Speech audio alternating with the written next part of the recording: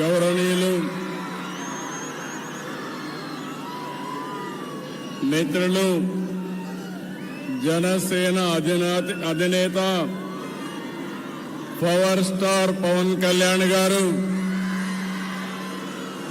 గౌరవనీయురాలు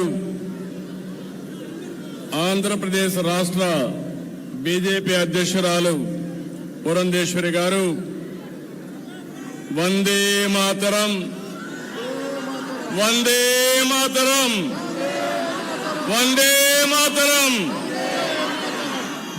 అందరికీ నమస్కారాలు. ఈరోజు మనం భారత దళాల పరాక్రమాన్ని కీర్తిస్తూ 175 నియోజకవర్గాల్లో 16, 17, 18 తేదీల్లో తిరంగా యాత్ర పేరుతో ఒక పెద్ద కార్యక్రమానికి ప్రజలే శ్రీకారం చుట్టారు. ఈరోజు ఇక్కడ ఎన్డీఏ నాయకులుగానే మేమందరం నిమిత్త మాత్రం ఇది ప్రజా ఉద్యమం అని చెప్పి కూడా నేను మీకు తెలియజేస్తున్నాను. అందులో భాగంగా విజయవాడలో తిరంగా ర్యాలీ మనం అందరం నిర్వహించుకున్నాం.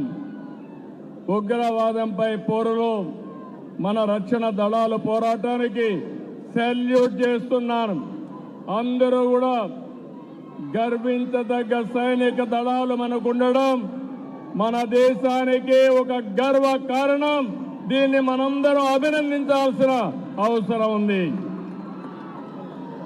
జాతీయ జెండా చూడగానే అత్యంతమైన ఉత్సాహం, ఉద్వేగం, దేశభక్తి మనందరిలో వస్తా ఉందంటే ఆ జాతీయ జెండా రూపాన్ని రూపొందించినటువంటి వ్యక్తి పింగళి వెంకయ్య ఈ ప్రాంతం వాడేనని చెప్పి మరొకసారి గుర్తిస్తున్నా. అలాంటి జెండా చూస్తే దేశ పౌరులే కాదు ప్రపంచం మొత్తం ఒక ప్రత్యేక గుర్తింపు ఉండే ఏకైక జెండా భారతీయ జెండా అని చెప్పి నేను మీకు తెలియజేస్తున్నా. అందుకని మనందరం ఇక్కడ సమావేశమైంది. పహల్గాం అనంగానే మనలో రోషం వస్తుంది, కోపం వస్తుంది, ఉద్వేగం వస్తుంది. ఖబర్దార్, జాగ్రత్తగా ఉండమని హెచ్చరించే పరిస్థితి వస్తుంది. జరిగిన సంఘటన చూస్తే భార్య ముందరనే భర్తని, కొడుకు ముందరనే తండ్రిని మతం పేరడికి చంపేశారు. ఇదెక్కడ న్యాయం అని నేను అడుగుతున్నా. అలాంటి సంఘటన దేశం మొత్తం ప్రతి ఒక్కరిలో కూడా ఒక ఆవేశం వచ్చింది. అంతేకాదు ఒక బాధ, ఒక పక్కన ఆవేదన కూడా వచ్చే పరిస్థితి వచ్చింది. ఇవన్నీ చూసిన తర్వాత ప్రధానమంత్రి నరేంద్ర మోడీ గారు ఆడబిడ్డల నుదుట తిలకంతుడు చేసిన ఒక్క ఉగ్రవాది భూమి మీద ఉండడానికి వీలు లేదని ఆపరేషన్ సింధూర్కు శ్రీకారం చుట్టారు. మీరు గుర్తుపెట్టుకోండి, మనం ఎప్పుడు కూడా వేరే దేశాలపైన యుద్ధానికి పోవడం లేదు.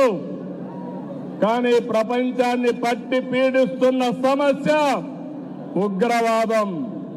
ఉగ్రవాదం పైన పోరాడే ఏకైక దేశం భారతదేశం, ఏకైక నాయకుడు నరేంద్ర మోడీ. అందుకని రక్షణ దళాలు ఉగ్రవాదుల్ని ఈ దేశానికి తిరిగి కన్నెత్తి చూడకుండా చేయాలని ఎక్కడున్నా వాళ్ళ మీద మన త్రివిధ దళాలు ధైర్య సాహసంతో ముందుకు పోయినాయి. ప్రపంచ చరిత్రలో